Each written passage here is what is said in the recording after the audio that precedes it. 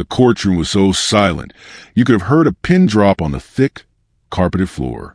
The heavy, formal air pressed down on me, but I stood straight, my shoulders squared despite my 71 years. All eyes in the wood-paneled room were fixed on my frail-looking frame. The judge, a woman with a stern face and intelligent eyes behind her glasses, leaned forward slightly on her bench. Her voice was clear and deliberate. "Mr. Harold Whitman, for the record, do you fully understand the nature and purpose of these guardianship proceedings today?" I took a slow, quiet breath, feeling the weight of the moment.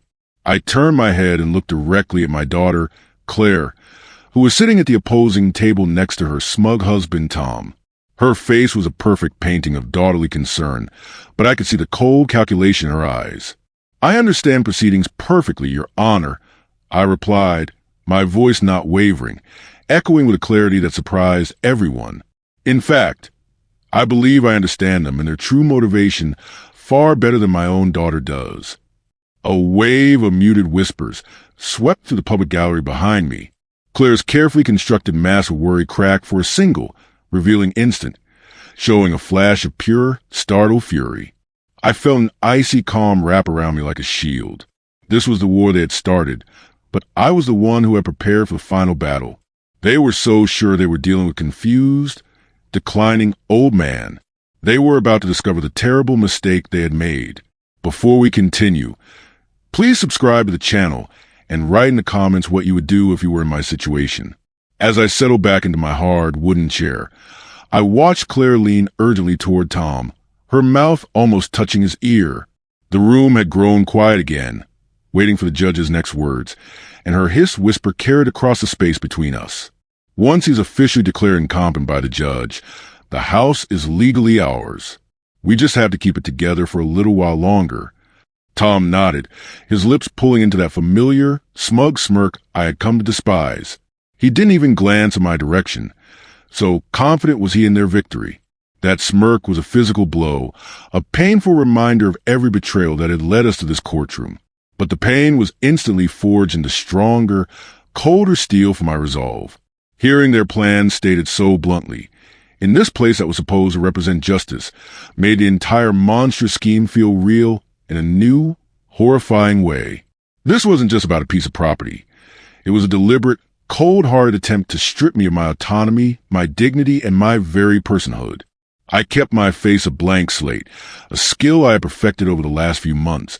But internally, I was cataloging this moment, filing away with all the other evidence I gathered. This was just another piece of their puzzle, and I was building one of my own. My mind unwillingly traveled back in time, to the moment this entire nightmare was set in motion just 2 short months ago. Claire had appeared on the doorstep of my comfortable, well-kept bungalow, her eyes shimmering with manufactured tears. "Oh, Dad," she had cried, her voice trembling with a false sadness that fooled me completely at the time. "I lie awake at night worrying about you in this big, empty house all by yourself. What if you have a fall in the night? What if you forget a pot on the stove and start a fire? You wouldn't even be able to get out quickly." She had painted such a vivid, terrifying picture of my helplessness. "Tom and I have that huge guest room just sitting empty. Please, let us take care of you. Move in with us. It would make me feel so much better knowing you're safe." Back then, drowning in the loneliness that had been my constant companion since my dear wife, Mary, passed away 5 years earlier, her offer felt like a lifeline. The thought of being part of family again, of hearing noise and life in the house, was incredibly appealing. I had agreed, feeling a wave of gratitude for having such a caring, devoted daughter. But deep down, beneath the warmth of the invitation, a tiny, cautious voice whispered a warning. I wish, more than anything, that I had listened to that voice right from the very start. The first red flag appeared with a quiet, unsettling suddenness during my first week living in their sleek, modern home. I sat at the desk in my new room to perform my monthly ritual of balancing my checkbook, a practice I had maintained without fail for over 5 decades. I reached for the familiar, worn, leather-bound book where I recorded every transaction. It was gone. I searched my entire room, my suitcase, every drawer, but it was nowhere to be found. Puzzled, I went to ask Claire if she had perhaps moved it while cleaning. She was in the kitchen and turned to me with a sweet, patronizing smile that didn't quite reach her eyes. "Oh, Dad, you don't need to trouble yourself with boring old bills and numbers anymore," she chimed, her tone light and dismissive. "That's my job now. I'll handle all the finances for you. It's one less thing for you to stress about. See? We're taking care of you." She framed it as a gift, a relief from a burdensome chore. But the feeling that settled in the pit of my stomach was not relief. It was a cold, sinking dread. I knew, with a sudden, chilling certainty, that controlling the money was the most fundamental step in controlling a person. And I had just willingly, gratefully, handed that control over to her without a single question asked. It was in that moment I decided I needed to start watching everything with the sharp, suspicious eyes of a detective. The next phase of their plan involved my health, a more insidious and dangerous tactic. I have taken a single, small pill for my blood pressure every morning for the last 15 years. It was a simple, unbreakable routine. My prescription had always been refilled promptly, like clockwork, at the same pharmacy. But suddenly, I found my pill bottle running empty a full week before the refill was due. When I mentioned this to Claire and Tom, it was Tom who answered, not even looking up from the financial section of a newspaper he was reading. Probably just a backlog at the pharmacy, Herald. Supply chain issues, you know how it is these days. These things happen. He sounded so reasonable, so unconcerned. But it happened again the very next month. And again the month after that. Missing doses of my medication left me feeling lightheaded, dizzy, and uncharacteristically weak. Precisely the kind of visible, physical symptoms that would perfectly support their narrative of a frail, forgetful old man who couldn't manage his own affairs. The smile Tom gave me when he delivered his excuse wasn't one of warmth or sympathy. It was a small, tight smile of satisfaction, of a plan coming together. He was enjoying this. They were methodically, patiently, constructing their case for my incompetence, brick by brick, and I seemed to be the only one who could see the walls going up around me, closing me in. The doctor's appointment was Claire's idea, of course. "Just a routine checkup, Dad," she had said, her voice full of fake cheer. "Dr. Evans is so thorough, and it's been a while." In the examination room, everything seemed normal at first. Dr. Evans asked me the usual questions, and I answered them all clearly. Then he stepped out for a moment, and I saw Claire quickly follow him into the hallway. The door didn't quite close all the way. I strained to hear, my heart beginning to pound a slow, heavy rhythm in my chest.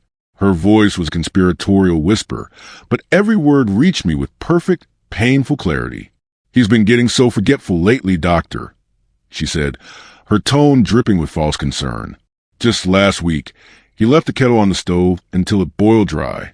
I'm so terrified he's going to burn the house down with himself in it." I sat there on the paper-covered table, frozen in shock and betrayal. The kettle incident had never happened. It was a complete fabrication.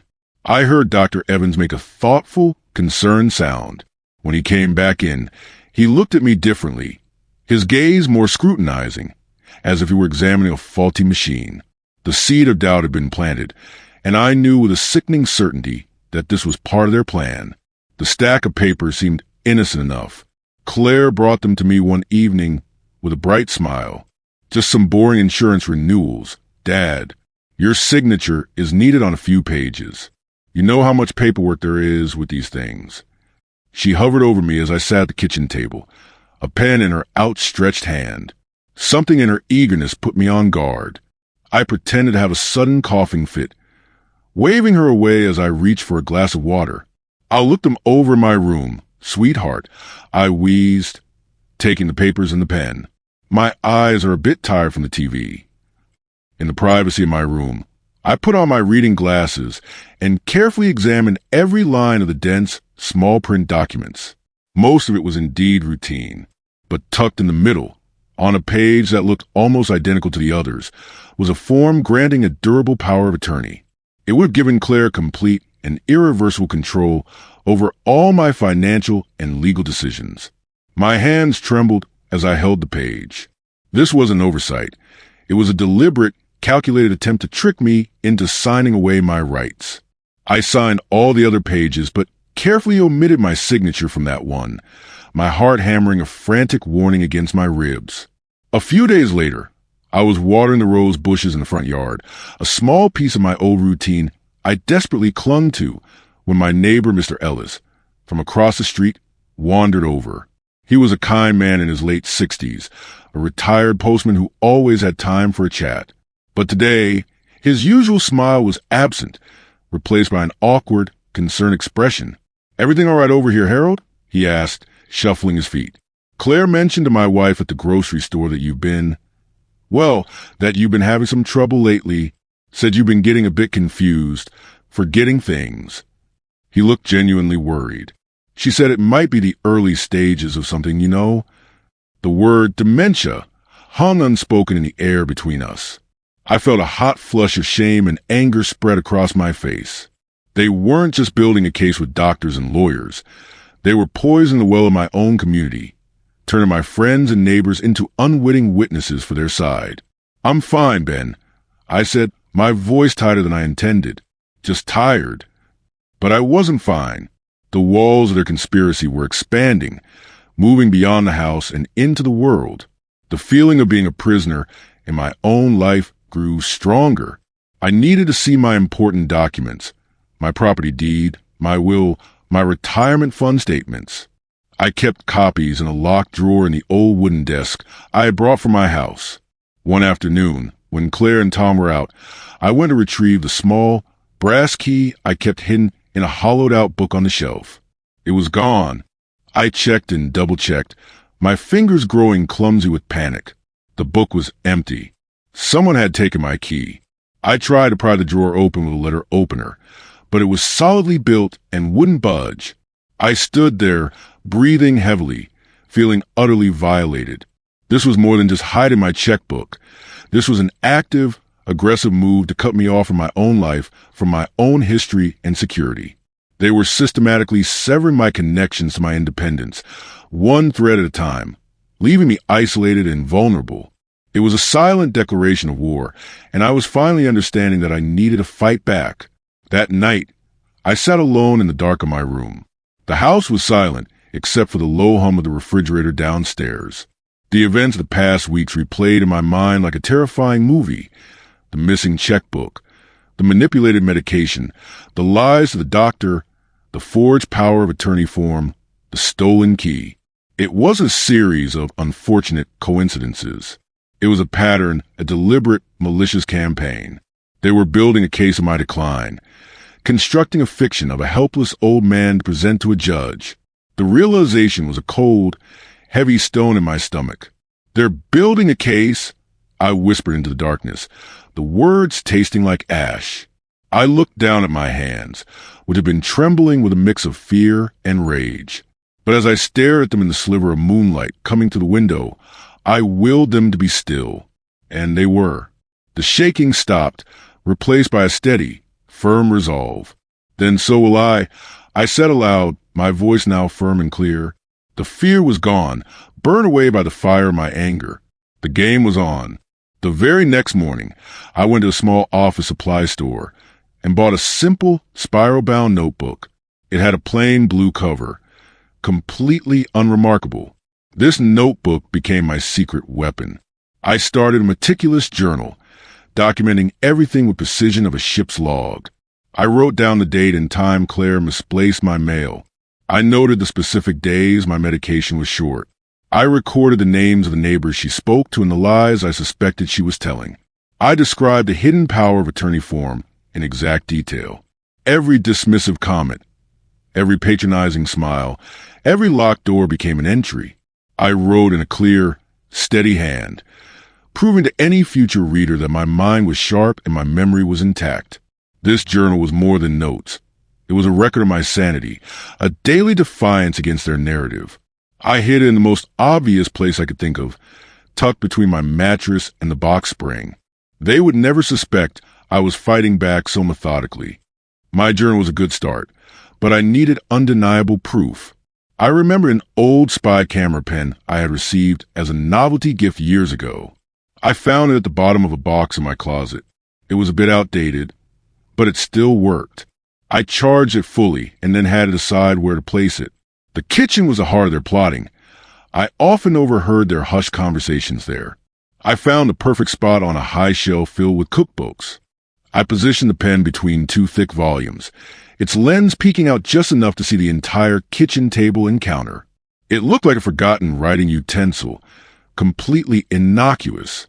Every day, I would nervously check its position, ensuring it was still there and recording.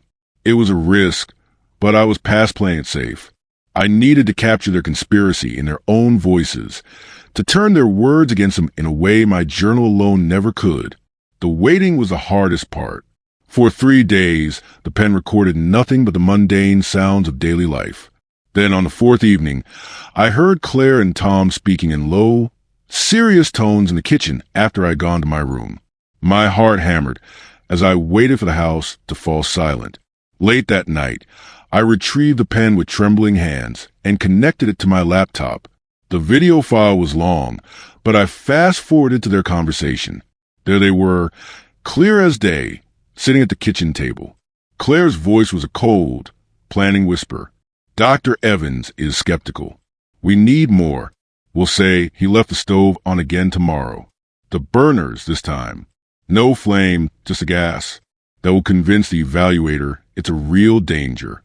Tom nodded, adding, I'll call the guardianship lawyer in the morning to update the file. I watched the clip 3 times, a mixture of horror and triumph churning in my stomach. I had them. This was the first solid, irrefutable piece of evidence for my case. A week later, the doorbell rang. I answered to find a woman in a crisp, professional pantsuit holding a badge and a clipboard. Mr. Whitman? I'm Dana Lopez from Arizona Adult Protective Services. We received a complaint regarding your safety and well-being living independently. She was polite, but her eyes were carefully assessing me and my surroundings. My heart sank. They had escalated their campaign to the state. I invited her in, my mind racing. As we sat in the living room, she asked gentle but probing questions about my daily routine, my memory, and my support system. I answered everything calmly and accurately. Then I took a calculated risk. I looked her directly in the eye and gave her a small, knowing smile. You received a complaint from my daughter, Claire, didn't you? Ms. Lopez's professional mask slipped for a fraction of a second, revealing her surprise. Then it's a good thing I'm not living alone, I continued smoothly. I'm living with her, the person who filed the complaint. I saw a flicker of understanding in her eyes. Dana Lopez finished her questions and prepared to leave. Her demeanor had shifted from routine investigation to keen interest. At the door, as Claire hovered nervously in the background, Ms. Lopez handed me her official business card. If you have any questions, Mr. Whitman, or if you think of anything else, please don't hesitate to call me directly. Her tone was neutral, but her eyes held a clear, unspoken message she had seen through Claire's act. The moment the door closed, Claire spun on me, her face flushed with anger. What did you say to her? You probably confused her with your rambling. I just looked at her, my expression blank. I told her the truth, I said simply, then walked back to my room, clutching the business card like a lifeline. It was more than a phone number. It was validation. I wasn't crazy. A professional had seen the cracks in their story. An unexpected ally had just entered the battlefield. The very next evening, Tom approached me with his phone in his hand, a fake, friendly smile plastered on his face. Hey, Harold, let's play a little trivia game. It'll be fun. Keep your mind sharp. I knew immediately what he was doing. He started with easy questions, then moved to obscure ones about pop culture and recent political events he knew I had no interest in. Quick, who won the Best Actor Oscar 2 years ago? He asked, his thumb subtly hovering over the record button on his screen. I feigned confusion, stalling and giving a wrong answer. I'm not sure. It's on the tip of my tongue. He stopped recording, his smile triumphant. Later, I saw the edited clip on a family social media page Claire had created. It was just my fumbling answer, cut to make me look completely lost. The caption read, "Spending quality time with Dad. It's so hard watching him struggle with simple things." The comments were filled with sad emojis and prayers. They were using technology to publicly humiliate me and build their false narrative. While they were busy crafting their digital lies, I was building my own defense with cold, hard facts. I went to the local library and used a public computer. I printed out the full, unedited footage from my spy pen. The printed stills clearly showed Tom coaching me, feeding me the wrong information before he even asked a question. In one frame, you could see his phone was already recording.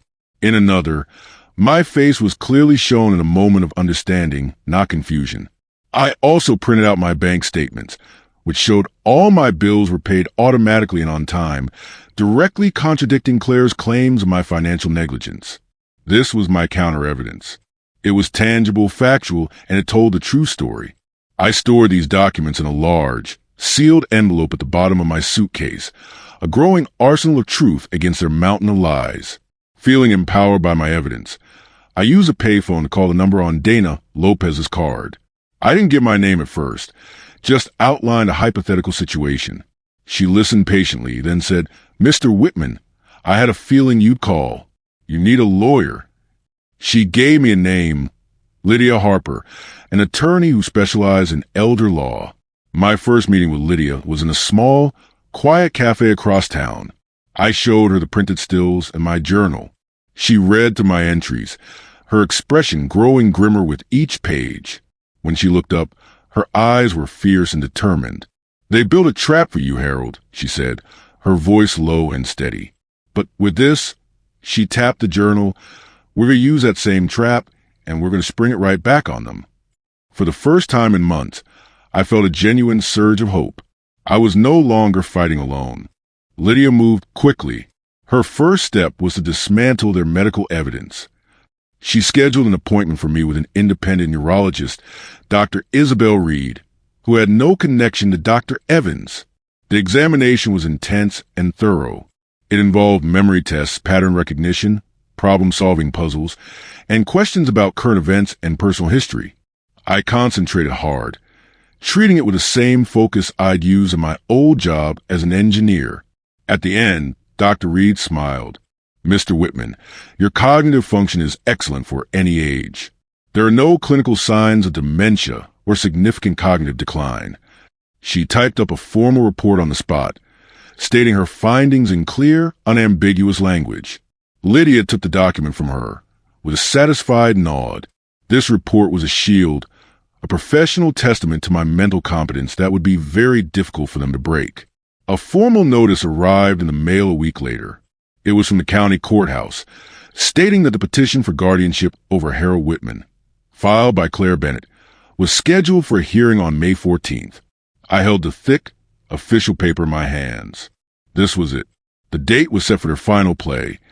The day they hoped the judge would strip me of my rights and hand control of my life over to them. I felt a strange calm. Claire and Tom were smug, thinking they had already won.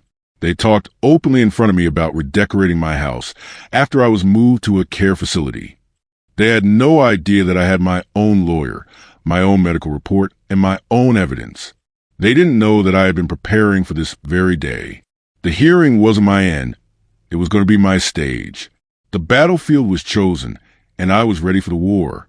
The invasion of my privacy came in the dead of night. I was awakened by the faint creak of my bedroom door opening. I lay perfectly still, feigning the deep, rhythmic breathing of sleep through the slits of my nearly closed eyes. In the dim hallway light, I saw Tom's silhouette. He moved with a thief's caution, not toward my wallet, but directly to the drawer of my bedside table. He pulled out my blue notebook, the one that held all my secrets and their crimes. I watched, my blood running cold, as he quickly flipped through the pages.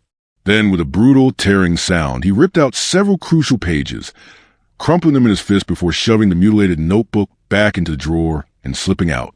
The next morning, I discovered the damage, but a grim smile touched my lips. The pages he destroyed were decoys, containing only minor notes.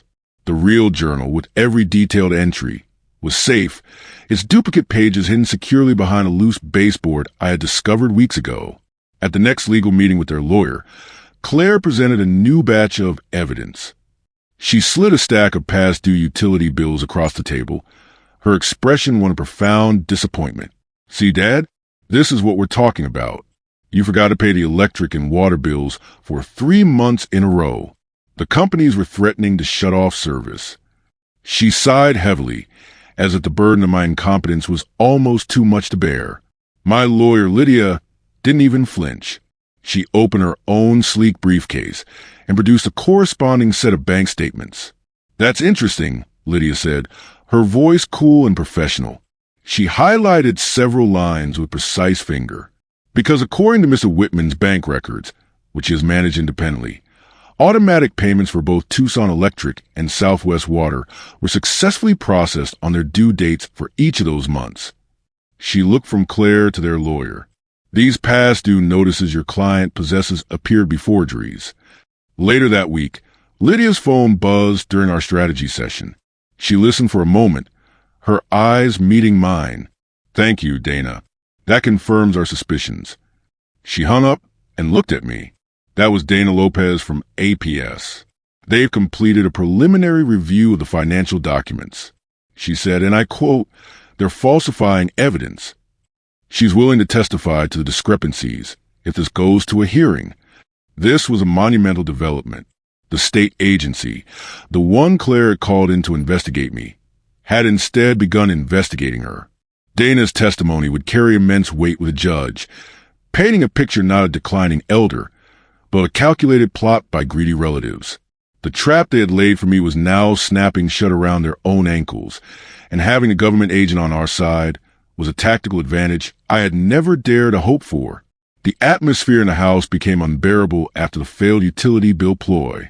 Claire cornered me in the living room, her face a mask of furious frustration. "Why are you doing this, Dad? Why are you fighting us? We're only trying to help you. You're being so paranoid." Her voice was shrill, accusing. I looked at her, my own daughter, and felt a profound and weary sadness. But my voice was steady and low when I answered. "Paranoia requires fear, Claire," I said, holding her gaze. "I'm past that. What I feel now is clarity. I see the game you're playing, and I refuse to be a pawn in it anymore." I walked away from her then, leaving her standing speechless in the middle of the room. The line had been drawn. There were no more pretenses, no more false pleasantries. The war was now openly declared under our own roof. The final, chilling piece of the puzzle came from an unexpected and innocent source. My teenage grandson, Liam, was over one afternoon, focused on his video game. I was sitting nearby, reading. He paused his game, looked up at me with his young, guileless eyes, and said, "Grandpa, are you scared?" I lowered my book. "Scared of what, Liam?" He shrugged, his attention already drifting back to the screen. "I don't know. Mom said you're going to have to move to a special home soon, one with nurses and stuff. She said it's for the best." He said it so casually, as if discussing the weather. The words landed with the force of physical blow, sucking the air from my lungs. They weren't just planning to take my house and my money. They were already discussing where to dump me. They were telling my own grandson that I was being shipped off. In that moment, any last shred of doubt or hesitation I harbored evaporated. They had to be stopped. Fueled by Liam's innocent revelation, I knew I had to find more concrete proof. I waited for a day when both Claire and Tom were out of the house for several hours. With a sense of grim determination, I entered Tom's home office, a room I usually avoided. His briefcase was leaning against his desk. My hands, which had been so steady for weeks, trembled slightly as I undid the clasps. Inside, tucked between financial magazines, was a thick manila folder. My heart hammered against my ribs as I opened it. The tab read, "Whitman Guardianship Plan." I flipped through the pages, my stomach churning. Inside were not just notes, but forged letters on stolen letterhead from Dr. Evans's office, describing a noted and rapid cognitive decline. There were fabricated witness statements from neighbors and a detailed timeline from my transition to a long-term care facility. This was their master plan, laid out in black and white. I took my phone out and photographed every single page, my hands finally steadying as I worked. This was the blueprint of their betrayal. I didn't wait. I drove straight to the police station, the folder of photographs stored securely on my phone. I asked to speak to someone about elder abuse and was directed to Detective Maria Ramos, a woman with a calm demeanor and sharp, intelligent eyes. I showed her the photos of the forged documents and the guardianship plan. I told her about the stolen checkbook, the medication, the lies to the doctor, and the secret recordings. She listened intently, taking notes without interruption. When I finished, she looked at me with a mix of professionalism and pity. "This is a serious matter, Mr. Whitman," she said. "What you describe constitutes fraud, forgery, and attempted financial exploitation. We will open an investigation immediately." Walking out of the police station, I felt a weight lift from my shoulders. The law was now officially on my side. Their conspiracy was no longer a private family matter. It was a criminal case. My next meeting with Lydia was a strategy session of military precision. I handed her a flash drive with the police report number and the photos from Tom's briefcase. She scanned through them, a grim smile on her face. "This is it, Harold. This is the hammer." She explained her plan. She would subpoena Claire and Tom's phone records, specifically text messages from the last 3 months. "We'll show the judge the coordinated effort," she said, her eyes gleaming with tactical fire. "A few so confused texts to a friend are one thing. A chain of messages between the two of them, plotting to have you declared incompetent before summer, that's a conspiracy." She was turning their own communication against them, using the digital breadcrumbs of their plot to build an inescapable prison of evidence. Their own words would convict them. The night before the court hearing, I sat alone in my room. The house was silent, a tense, waiting silence. I pulled out the duplicate journal from its hiding place and read it from the very first entry to the last. Page after page documented the slow, painful unraveling of my relationship with my daughter. It chronicled the lies, the manipulations, the stolen moments, and the cold, calculated cruelty. But as I read, I realized the journal was more than a log of betrayal. It was a record of my own endurance. It showed my growing clarity, my strengthening resolve, my transformation from a grieving, trusting father into a determined survivor. I closed the book and held it in my hands. "Tomorrow," I said aloud to the quiet room, my voice firm and resolute, "I stop being their victim. Tomorrow, I become their judge." The morning of the hearing arrived. I put on my best suit, the one I hadn't worn since Mary's funeral. I met Lydia in the bustling, intimidating hallway of the courthouse. She looked professional and confident. "Remember, stay calm. Answer only what is asked. The evidence will speak for itself," she instructed. We entered the courtroom. Claire and Tom were already there, sitting with their lawyer. They looked confident, almost smug. Claire shot me a look of pitying concern that made my skin crawl. The bailiff called the court to order, and Judge Maria Santos entered, her face unreadable. She called the case. In the matter of the guardianship petition for Harold Whitman. She then looked at me. "Mr. Whitman, I see you are present. Do you have legal representation today?" Before I could speak, Lydia Harper stood up smoothly beside me, her voice clear and strong, cutting through the tense air. "He does, Your Honor." Lydia Harper, for the respondent. The look of sheer, unadulterated shock on my daughter's face was worth every moment of the agony that had led us here. The hearing began with Claire's attorney presenting their case. He painted a heartbreaking picture of a devoted daughter forced to take difficult action. Then, Claire took the stand. Under her lawyer's gentle questioning, she was the picture of reluctant sorrow. "My father has always been so sharp," she began, her voice trembling artistically. "But over the past year, it's been like watching him fade away. He forgets conversations we just had. He leaves the stove on. I found expired food in the refrigerator for weeks." She dabbed at her eyes with a tissue. "We're just so scared for his safety. This petition is the last thing we ever wanted, but it's for his own good." She detailed my supposed confusion, my imagined frailty, weaving a tapestry of lies with such sincerity that I saw the judge listening intently. Tom nodded along from their table, the perfect picture of a supportive, concerned son-in-law. They had rehearsed this performance perfectly. Then it was Lydia's turn for cross-examination. She approached the stand calmly, a legal pad in her hand. "Miss Bennett, You stated you manage your father's finances for his safety. Is that correct? Claire nodded cautiously. Yes, it became necessary. Lydia then presented a blown-up chart of my bank statements. Can you explain, then? These 3 separate withdrawals totaling $25,000 that were transferred from your father's savings account directly into your personal checking account over the last 4 months? The courtroom fell silent. Claire's face went pale. That was for household expenses, she stammered, and for his eventual care. Lydia didn't even smile. I see. And these household expenses, she continued, pointing to another line item. This $500 charge at a high-end boutique and this $800 charge for a golf resort. Those were for his care as well. The narrative of the selfless daughter was crumbling before our eyes. Next, Tom was called to the stand by their lawyer to present what they thought was their trump card. He described my apparent confusion and then played the short, edited video clip on a large screen for the judge. There I was, looking befuddled and giving the wrong answer to his trivia question. As you can see, Your Honor, their lawyer said solemnly, this is the sad reality. Lydia stood for her cross-examination. Mr. Bennett, thank you for that demonstration. Could you now please play the full, unedited version of that video? The one that shows the 30 seconds leading up to that question. Tom froze, his eyes wide with panic. The judge ordered the full video played. The courtroom watched as the unedited footage clearly showed Tom leaning in, whispering, "Remember, the wrong answer is that British fellow, okay?" Before he even asked the question.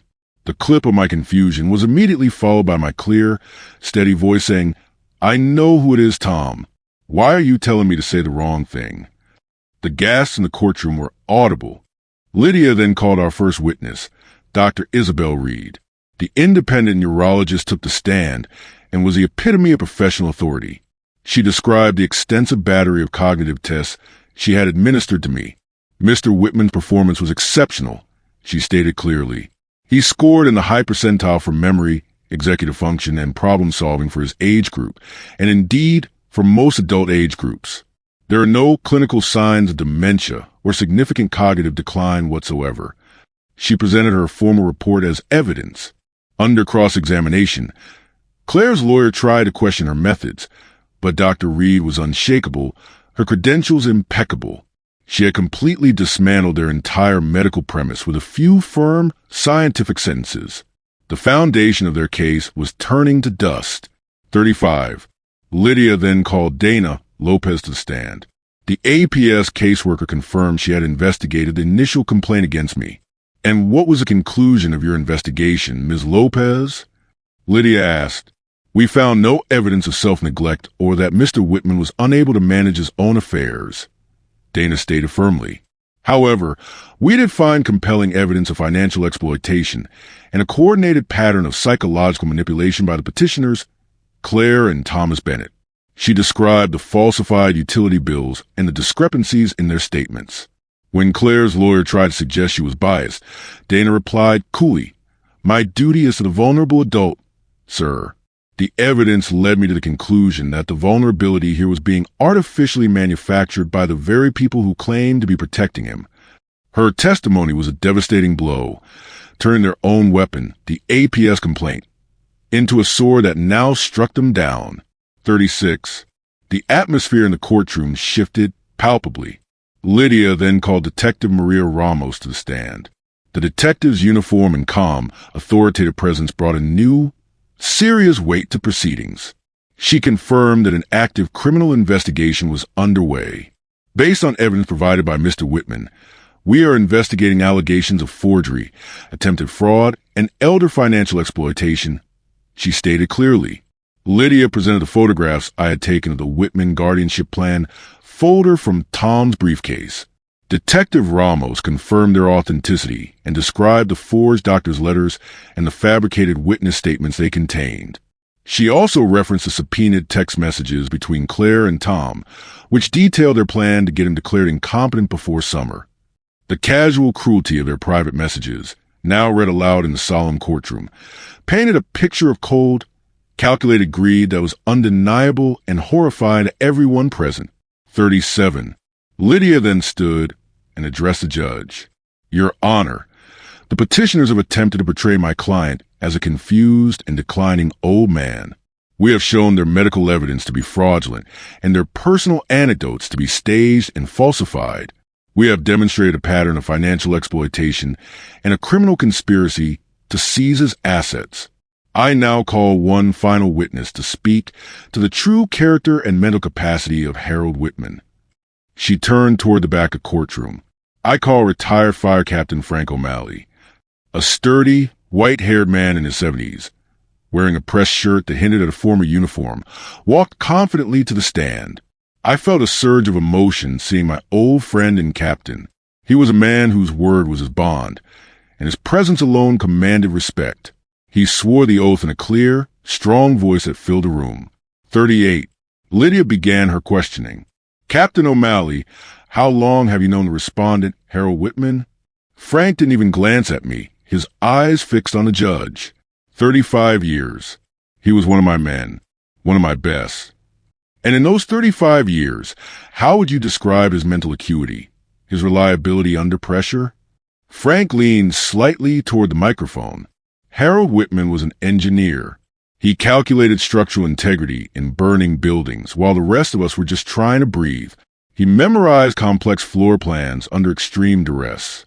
He led rescue teams through zero visibility conditions based on a mental map he built in seconds. He finally turned and looked directly at Claire, his gaze unwavering and fierce. This man does not forget anything that matters. He has a clearer mind at 71 than most people have at 30. What's happening in this courtroom today is the real tragedy. Claire's face, already pale, completely shattered. A single, ragged sob escaped her lips as the truth of his words and the weight of her own betrayal crashed down upon her. 39. Judge Santos called for a brief recess to review the evidence. When she returned, her face was stern and her verdict was swift.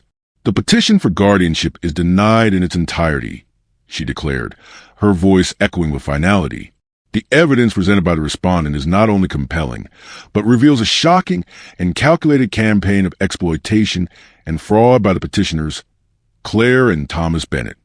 She looked directly at them, her expression one of deep disapproval. Furthermore, this case is hereby referred to the District Attorney's Office for Criminal Prosecution. A permanent protective order is issued, barring both petitioners from any contact with Mr. Whitman unless he initiates it in writing.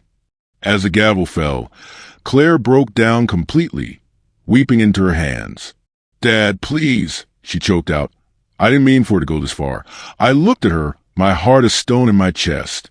"You meant every word," I said, my voice quiet but clear in the stunned silence, "until the moment you got caught." 40. Weeks later, I was back in my own garden, the warm sun on my face. The rose bushes were blooming, their scent filling the air. The house was quiet, but the silence was peaceful now, a balm to my soul. My neighbor, Mr. Ellis, waved from across the fence.